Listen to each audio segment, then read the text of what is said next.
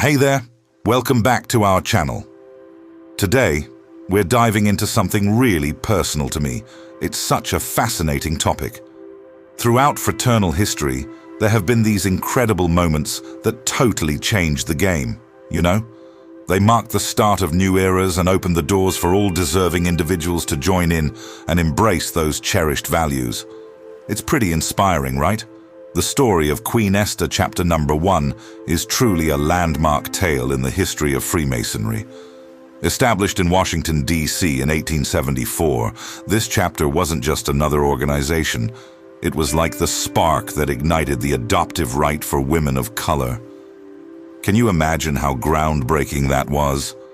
It created a space where women could embrace the values of community and support, deeply rooted in the rich traditions of Prince Hall Freemasonry. It's amazing how this chapter paved the way for so many to follow, right? This isn't just a fraternal body for women. It's a place where both women and men come together, creating a real family vibe within the craft. The founding of this chapter was so much more than just paperwork.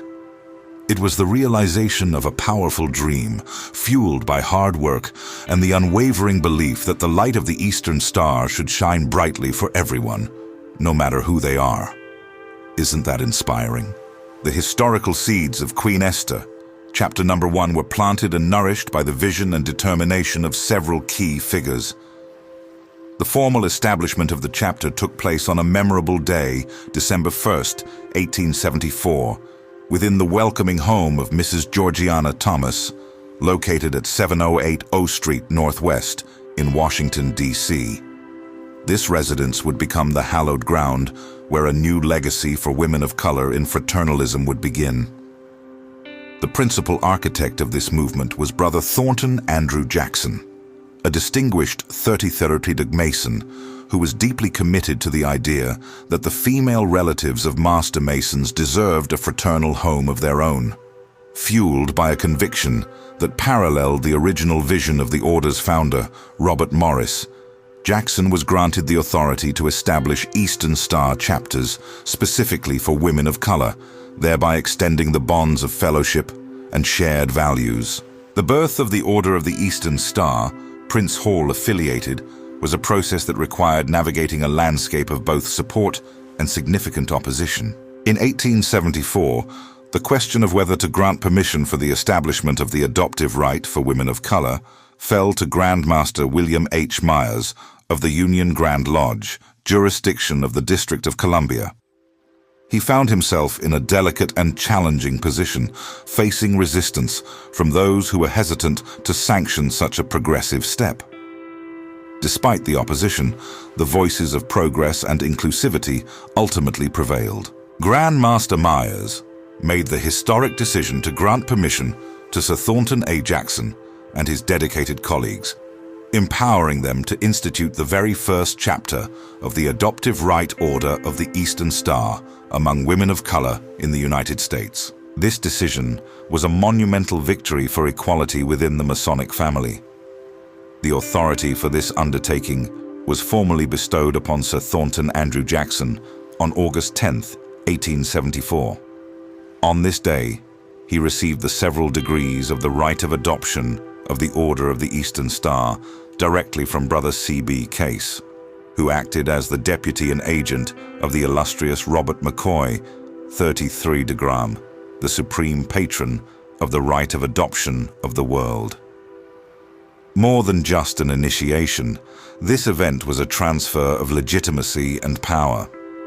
Brother Case provided Sir Jackson with a formal letter of authority, a crucial document that officially sanctioned him to establish chapters and spread the teachings of the order among qualified women of color. This direct lineage from the leadership of the existing order provided an undeniable foundation for the work that was to come, ensuring that the new chapters would be built upon the established principles and rituals of the Eastern Star. With this authority firmly in hand, Grand Master William H. Myers and Sir Thornton Andrew Jackson collaborated to bring the vision to life. Their partnership was absolutely key in kicking off the first Eastern Star chapter for women of color in the entire nation. It's so inspiring to think about Mrs. Georgiana Thomas, a remarkable woman who dreamed of having an Eastern Star chapter thrive right in her own community. When Sir Thornton A. Jackson reached out to her with this exciting plan, she was over the moon. Imagine the joy she felt. She didn't hesitate for a second and offered her home as the meeting spot, turning her living room into the very first temple for what would eventually become Queen Esther, Chapter No. 1. Her willingness to step up and support this initiative really showed just how much women of color wanted to be part of a sisterhood that stood for charity, truth, and loving kindness. It was a powerful moment that paved the way for so many others to join in and make a difference. Thus, on the evening of Wednesday, December 1st, 1874, the dream became a tangible reality. The home of Mrs. Georgiana Thomas was filled with the spirit of a new beginning as Queen Esther, Chapter No. 1, Order of the Eastern Star, Prince Hall affiliated, was officially instituted. This event occurred a full 90 years after the founding of the first Black Lodge of Free and Accepted Masons, African Lodge No. 459, under the leadership of Prince Hall. It marked the formal commencement of the adoptive rite among women of color, a significant milestone that expanded the Masonic family. The chapter's first leadership was composed of Sister Martha Welch, who served as the first Worthy Matron, and Sir Thornton A. Jackson, who took his place as the first Worthy Patron. To further solidify the connection between the new chapter and the Masonic craft, Grand Master William H. Myers and Deputy Grand Master William A. Taliaferro of the Union Grand Lodge were invited to receive the degrees of the adoptive rite. They both accepted the honor, their initiation forging an unbreakable link and strengthening the ties that bind the entire Masonic family together. Following his own initiation into the adoptive rite, Grand Master Myers delivered a powerful and moving address to the charter members of Queen Esther, Chapter No. 1. His words were not just a formality, but a profound blessing and a charge for the future, exclaiming them to greatness. He proclaimed, "May the dove of peace hover over you. May the all-seeing eye, whom the sun, moon, and stars obey, ever watch over you. May you keep and protect you in your every effort to promote interests in the general good of this chapter." Isn't that just beautiful? This heartfelt blessing really struck a chord, inspiring the sisters to aim high and stay dedicated. It set a shining example for everyone in the newly formed chapter, and honestly, it's a legacy that will resonate through all the generations to come. Just imagine the impact they can have. The Order of the Eastern Star is rich with symbolism, drawing its moral and philosophical teachings from the lives of heroic biblical figures. This symbolism is centered around a five-pointed star, an emblem recognized and revered by its members. Each point of the star represents a specific heroine from the scriptures, embodying a particular virtue that members are encouraged to cultivate in their own lives.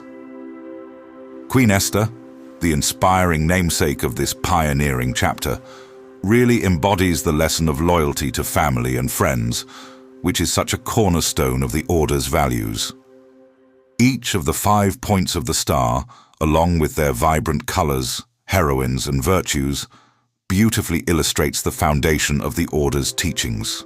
For instance, Ada, represented by the calming color blue, teaches us all about staying true to our convictions, no matter the pressure. Then there's Ruth, shining in yellow, who exemplifies the virtue of obedience to the principles of honor and justice. She is all about doing the right thing. Esther's point, glowing white, symbolizes loyalty, which we can all appreciate. Martha, in green, inspires unwavering faith and trust in God, even when life gets tough.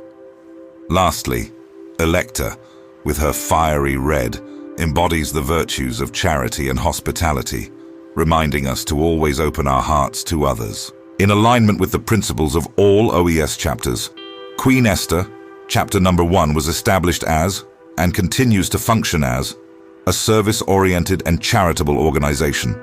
Its foundational purpose is to be a force for good in the world, uplifting the community through tangible acts of kindness and support. The members are all in when it comes to their mission of kindness. They're not just about giving aid to those in need. They also offer educational scholarships to bright, deserving students who really want to make a difference. Plus, they support a bunch of charitable causes, from local food banks to youth programs. This hands-on commitment to service really brings the Order's values to life, showing how compassion can truly uplift our community. Isn't that amazing? Through their collective efforts, the members of Queen Esther, Chapter No. 1, have worked tirelessly to improve the lives of others. They're really living out the lessons of fidelity, honor, loyalty, faith, and charity every single day. Just think about it. Through community projects, they're not just ticking boxes. They're genuinely changing lives. It's like they're building a legacy that's all about making a real impact, and that's something truly special, right? Just think about it.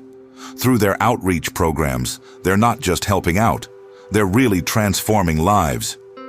You can see how the Order's principles, like compassion and teamwork, can ignite genuine change in the community. It's super inspiring, don't you think? If you're loving this journey with us, go ahead and smash that like button and subscribe to keep up with all the amazing stories.